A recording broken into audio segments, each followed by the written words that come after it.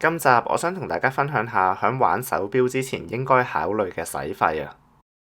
首先講下最明顯、最直接同埋最貴嘅使費啦，就係隻手錶嘅買入價錢。咁買入價呢，其實可以用兩個角度嚟到睇嘅。咁第一啦，就係你用咗幾多錢嚟到買入呢一隻錶啦。咁你可能係響 authorized dealer 或者俗稱 AD 嘅地方買啦，或者你可能響二手市場，或者甚至咧係私人交易。咁無論你係用邊一個平台嚟到買入呢一隻錶啦，呢個價錢呢都可以話係你嘅買入價。不過你亦都可以用另外一個方法嚟到睇嘅，就係用頭先講嘅買入價啦，減翻你第時可以賣得出嘅價錢。不過大家都要留意喎，我講緊話第時賣得出嘅價錢呢，我唔係講緊話 Chrono 24個價或者二手鋪見到嗰個價，因為例如啦，Chrono 24見到個價呢都唔係成交價，同埋你要俾手續費啦。而你喺二手鋪見到個價呢，係二手鋪都要賺噶嘛。咁所以如果二手鋪同你買呢，係會少過你見到二手鋪個價嘅。入翻正題先，咁頭先講緊買錶嘅成本啦，咁大家可以係諗，你今日俾咗嚿錢買呢一隻錶翻嚟，減翻第時賣得出嘅價錢呢，咁呢一嚿錢呢，都可以話係你今日玩錶嘅使費。再換過一個角度嚟睇啦，呢一嚿錢呢，可以當係你租呢一隻錶嚟到玩嘅價錢。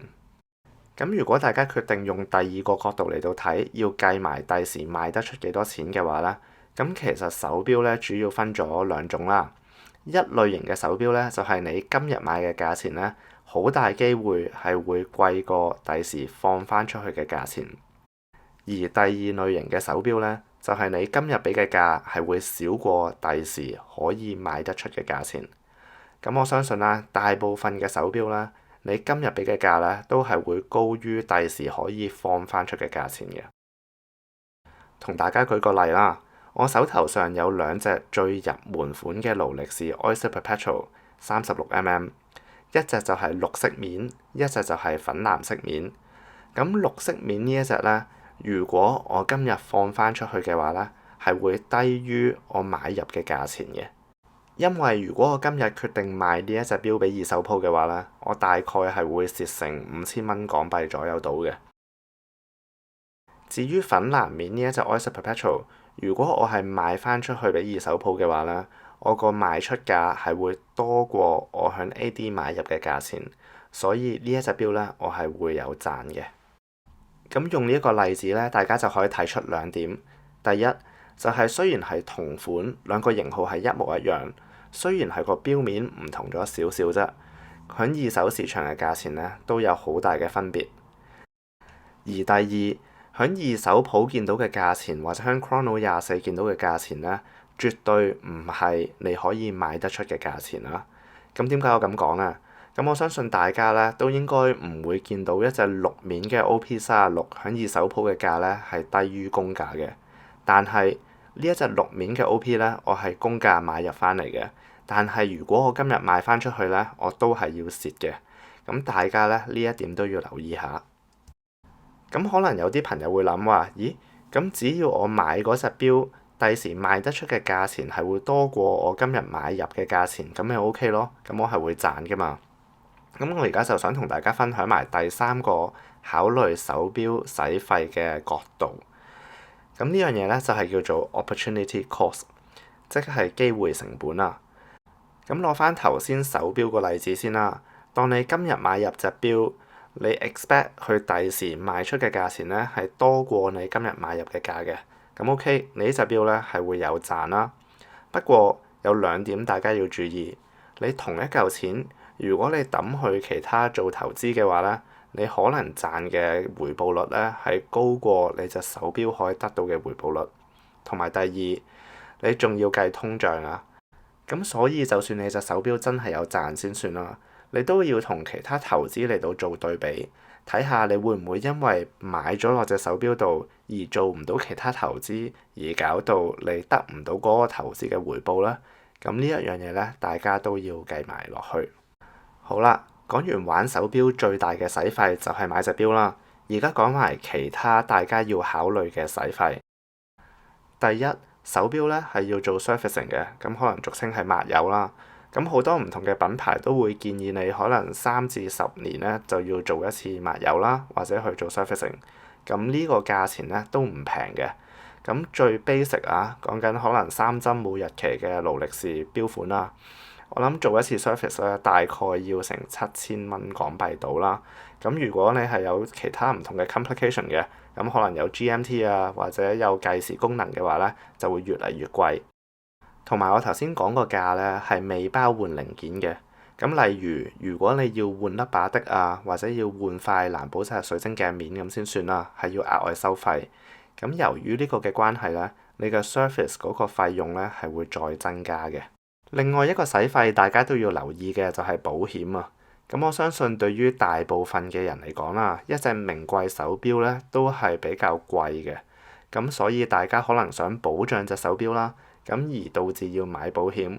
咁喺呢個情況之下咧，大家都要留意，因為保險係要俾保金噶嘛，係 ongoing 每一年都要俾噶嘛。同埋如果你越嚟越多手錶，你每一隻錶咧都要去俾呢個嘅 insurance 嘅 premium 嘅話咧，佢真係會加埋係比較貴嘅，所以呢一樣嘢大家都要留意。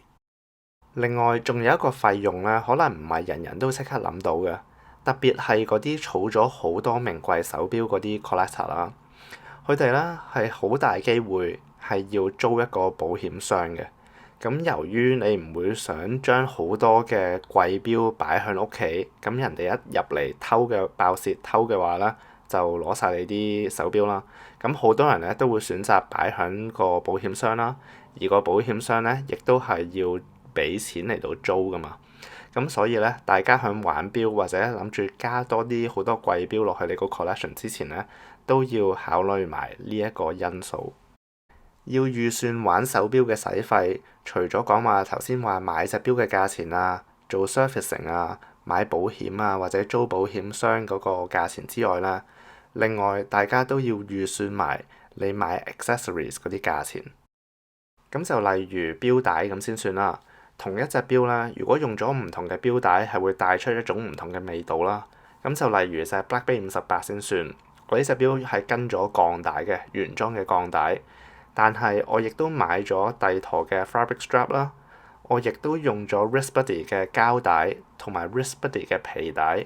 咁 depending 我哋係襯咩錶帶嘅話咧，係會帶出一種唔同嘅味道嘅。